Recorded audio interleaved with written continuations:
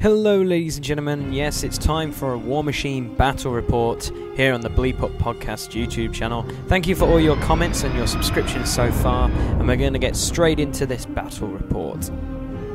Yes, Rich took Epic Skara this week, and his army consisted of a Leviathan, a Ripjaw, a Wraith Engine, a full unit of Revenant Crew, Blood Witches with a UA, Captain Rengrave, and a Status Raider Captain. My army was led by Epic Sorcerer with a Kodiak that was bonded to a Behemoth, the Winter Guard, Death Star, a Mortar, Widowmakers, War Dog, and Gorman de Wolf. And this week's scenario was Killing Field, and the rules of this scenario is there are 3 objective markers in the middle of the board. Your army needs to capture these to earn victory points, and it's the first to 7. You can't get victory points on your first turn, and Rich and me said you have to be base to base touching these objective markers to get the point. So let's get straight into this battle report. As you can see, Rich has got quite a beefy army. I've never gone against a machine Wraith ever, and yes, as you can see, I've bought my new bad boy as well, the Behemoth. So this is should be a fun game, and plus I've bought Epic Sorcerer and he's bought Epic Scar, so as we like to call it, it's Battle of the Bitches. I think we've titled this one as. So we'll get back with Khador turn 1. Okay, what an eventful turn 1 it was for me. Focused, I put 2 on the subcortex of the Behemoth and kept 4 on Sorcerer. And realising that I was miles away from the Winter Guard, I decided to run the War Dog up, and then I cast a Cyclone on Sorcerer to get a full advancement.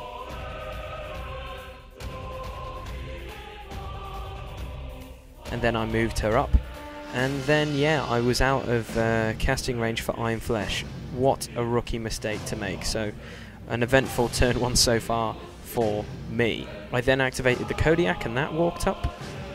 I then activated Kovnik Joe, walked him up, and I did the speech Courage of the Forefathers, which gives tough and fearless to the Winter Guard.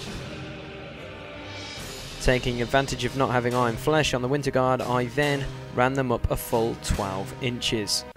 I need them to get up on the board quickly to contest that objective marker before the Machine Wraith gets there.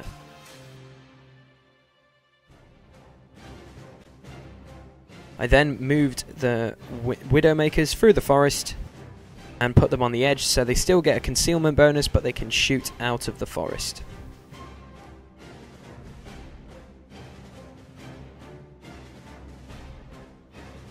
I then activated Gorman and ran him up,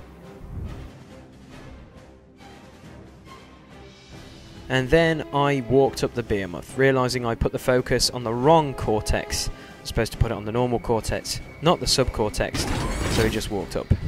End of my turn 1. Okay, Rich's turn 1. He allocated 1 focus to the Ripjaw, 1 to the Leviathan, and then 5 for Skara. He then activated the Leviathan and ran that up, spending the 1 focus.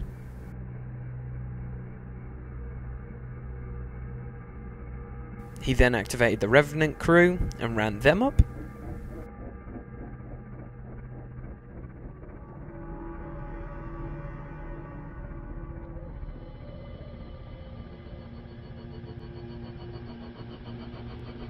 He then activated the Blood Witches and also ran them up. As most of you have obviously been playing Warmachine for a while, turn 1 is really about moving and getting good advancement on the table, especially with this Killing Field scenario.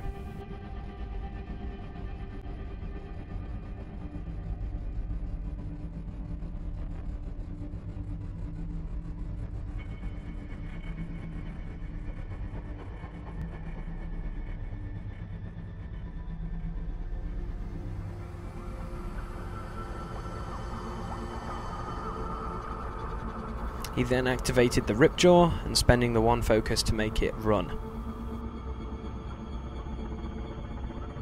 He then activates Skara and moves her up. and casts admonition through the ripped jaw onto the Leviathan, and if any models end up 6 inches within the target model, this model can move up 3 inches.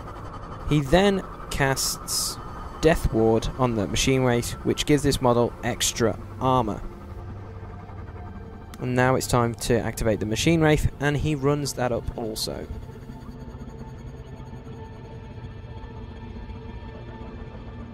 He activates the Status Raider Captain and runs her up the board.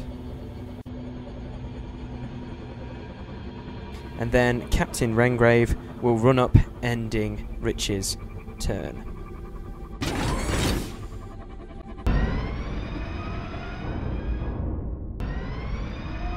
And as you can see, with turn 1 in Warmachine, it's a lot of advancing, but yes, as you can see, we're both going to be congesting the objective markers very, very quickly, and I'm really looking forward to how this turns out, guys. At this stage in the game, it could be anyone. So here is Kador, turn 2. Okay, I will be doing the same as I did in turn 1, allocating focus this time definitely to the subcortex of the Behemoth and keeping 4 for Sorcerer. I then move Kovnik Joe up and do the speech Courage of the Forefathers, which give the Winter Guard Tough and Fearless. I then activate Sorcerer, cast Cyclone first to move her up. I then walk up and cast Iron Flesh on the Winter Guard. And then it's time for the Winter Guard to run up and capture that objective marker. So they can only run up 10 inches now. So I put up a very, very good defensive barrier. Now with their defense 17, they can actually hold their ground, and they also have tough, so they can actually survive if they survive their tough rolls. The Kodiak will run up.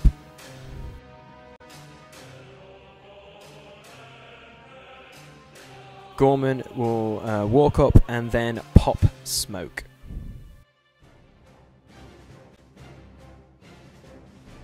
I then move the Behemoth up and I shoot at the Leviathan.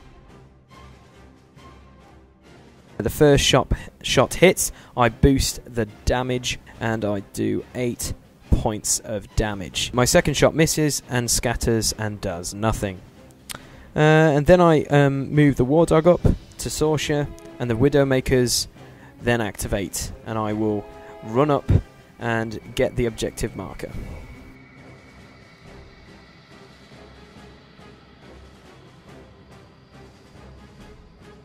Ending my turn and adding up on the scoreboard 2 points to Kador. Rich decided not to upkeep any of the spells that he cast last turn and puts 3 focus on the Leviathan, 1 focus on the Ripjaw, and 3 on Skara. He then activates the Status Raider Captain and charges into the Kodiak. The charge attack hits, and with 2 normal dice, Weapon Master and the charge does 4 damage to the Kodiak. Then the Leviathan charges the Kodiak.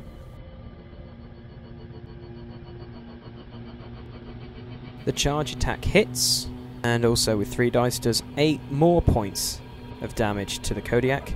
He buys a second attack, it hits, and that does 3 points of damage to the Kodiak. He then buys a third attack, it hits, and does 1 point of damage to the Kodiak. The Blood Witches all are going to charge the Widowmakers, and 2 of them are going to charge Gorman, and a few hit the Widowmakers, and the Blood Witches first are going to attack Gorman first.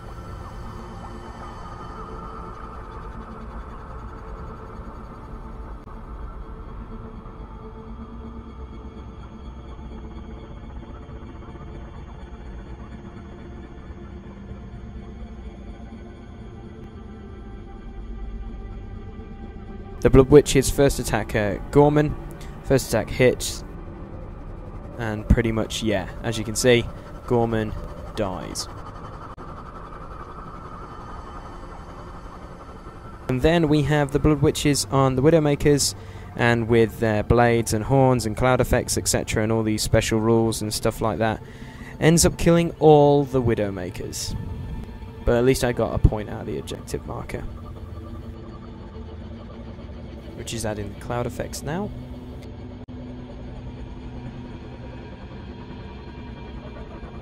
But anyway, yes, he then activates the Ripjaw, spending the 1 focus for it to run up. He then activates Skara, walks her up.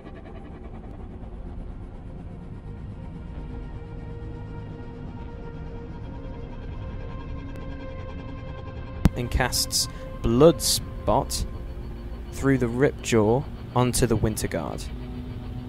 Needing 10s to cast, Rich unfortunately rolls a 9. And then Captain Rengrave moves up and shoots at the same Winterguard soldier that the Black Shot was cast on. He uses Ghost Shot, needing 11s, and again, Rich gets a 10, just 1 out again. He then activates the Revenant crew, they charge the Winterguard.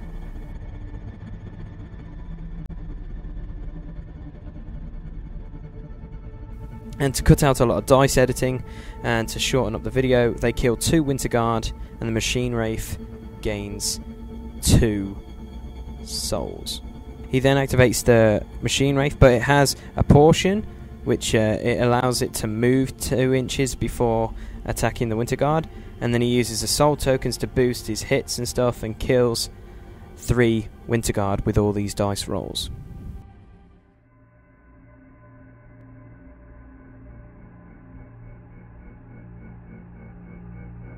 And as you can see, with all these soul tokens, just buying attack after attack and boosting, not boosting, sorry, just attacking, ends up killing the 3 Winterguard, which is very, very sad. But at the end of Crix's turn 2, Kador have 3 and Crix have 1. And Rich has something funny to say. Okay, so it's end of turn 2, Rich. I screwed up big time. Basically, what were you supposed to do? My whole strategy was based around the fact that I was going to pop my feet, which I do, so now everything's screwed up, and my Warcaster is now in the open. It is, if you can see that. She's now going to get seriously over by Behemoth or Sorcerer. You know, but it's all good. So. Okay, with Skara open, I keep all the focus on Sorcerer, and I pop my feet, which does double damage over the armor value, and I spend 2 focus to cast Cyclone. And then I cast 2 for Boundless Charge, and I'm like, look, this is easily going to be in range. But then I'm like, wait a minute, I think I'm really short. Then I realise, in turn 2, I moved her back an inch. Unbelievable. I moved her back, and I'm half an inch out. Unflipping believable. I mean, ugh, never mind. Anyway, moving on with my turn with that failed, I activate Covenant Joe, walk him up and do the speech for the Motherland on the Winterguard, giving them boosted attack rolls.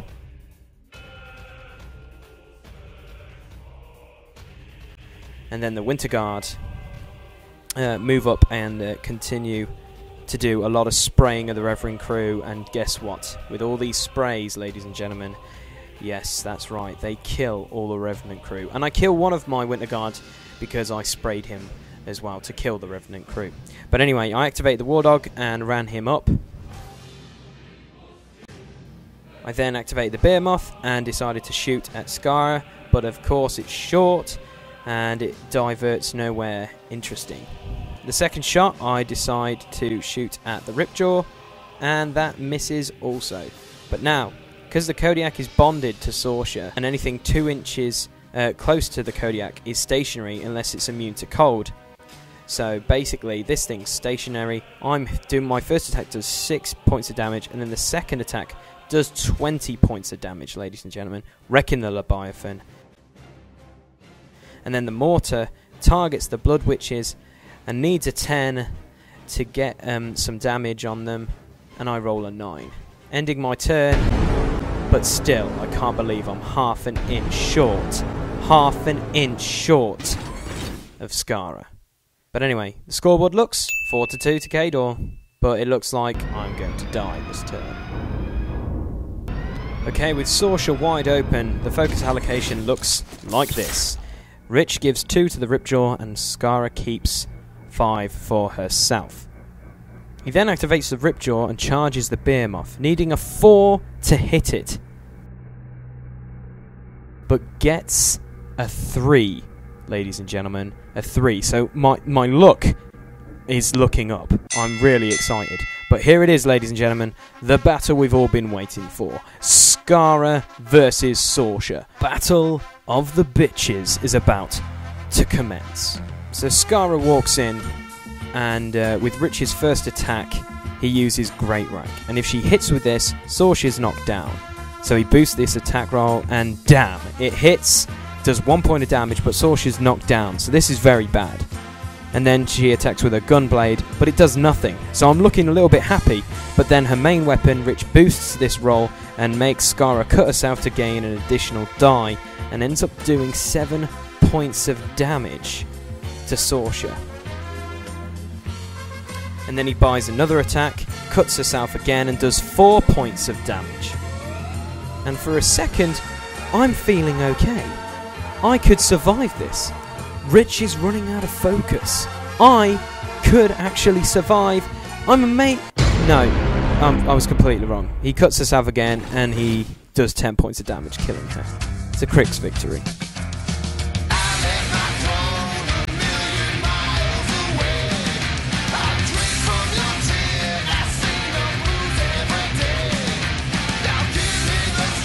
Okay, so my machine of the match isn't Sorsha, it's actually the Kodiak, due to the fact that with Sorsha's feat it did 20 points of damage in one hit. But being bonded also to Sorsha helped, you know, having stationary models is always really nice, especially with the Kodiak. So that's my tactical tip for you guys as well, really, is, you know, take a Kodiak with Sorsha, because if you can bond it and then do that, that's nasty. My man of the match is actually a woman, happens to be Skara, mainly because she basically won it for me. If it wasn't for the fact that she killed Sorsha, I would have lost on victory points eventually. And, you know, tactical tip, take Skara. And that's it, guys. Another battle report in the books here on the YouTube channel for the Bleep Up podcast. I hope you enjoyed it as much as Rich and me enjoyed playing it. Obviously, this week was really, really funny because we screwed up so many times. But yes, as most of you can guess, we're casual gamers of this, so we need to improve on the rules, if you would like to say. But we have got some really exciting news that is coming to these battle reports. Rich and me have started our second armies. Rich has started Retribution. If you didn't know who they are, guys, they're very, very angry elves. And I've started Trollbloods. I've started to play Hordes. But also, we're introducing new people to this channel. Yes, we've got a few people lined up who play Hordes and Warmachine to be a part of the channel now, and you might not see Rich and me play as much as we used to with our other reports, but you'll get to see a very different kind of battle reports now. You're going to have some Hordes v Hordes, some Warmachine v Hordes, and just some different people that we know personally as friends playing these games. So look for that in the future. I can't tell you anything about the next battle report, except that it might be a fatal 4-way and you might see some new armies possibly. There we go. So anyway, if you've liked this video, please like it below, leave your comments, and please subscribe. And thank you very much for watching. Take care and see you next time.